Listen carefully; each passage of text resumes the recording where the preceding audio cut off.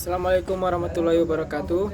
Baiklah, saya akan menjelaskan materi hukum internasional pada hari ini.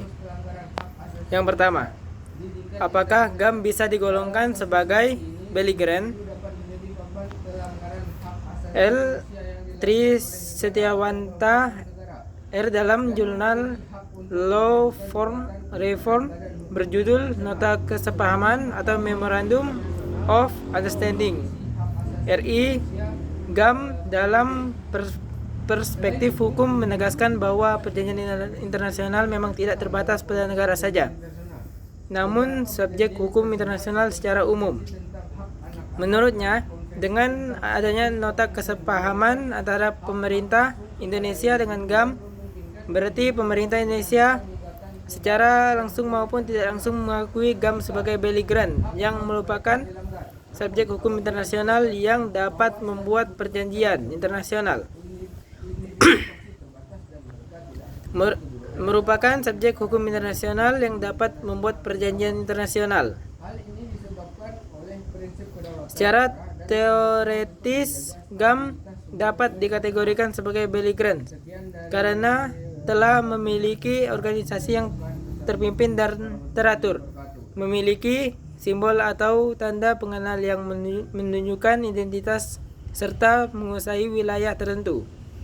Namun, penguasaan wilayah ini tidak dapat dikatakan efektif dengan melihat bahwa anggota GAM kebanyakan bergerilya di hutan dan pemerintah yang efektif masih dikendalikan oleh Indonesia di seluruh wilayah Aceh. Kriteria tersebut meskipun telah terpenuhi, tetapi sebenarnya belum cukup untuk memberikan status belligerent kepada GAM, karena masih memerlukan pengakuan dari subjek hukum internasional, baik secara diam-diam atau secara tegas.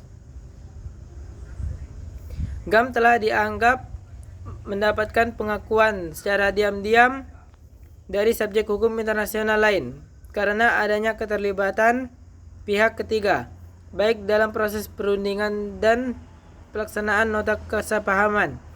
Namun Indonesia sendiri tidak mengakui GAM sebagai belligerent.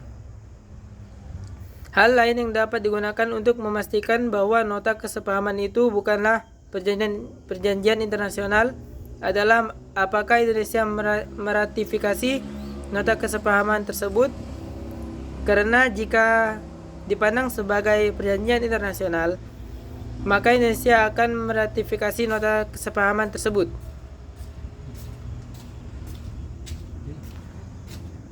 Mengapa individu dianggap sebagai subjek hukum internasional? Individu dapat dianggap sebagai subjek hukum internasional karena adanya perkembangan dalam hukum internasional yang mengakui hak asasi manusia sebagai norma dasar dalam hubungan internasional. Hal ini tercermin dalam instrumen-instrumen internasional seperti Konvensi Jenewa tahun 1949 dan Konvensi tentang Hak Asasi Manusia Internasional tahun 1966.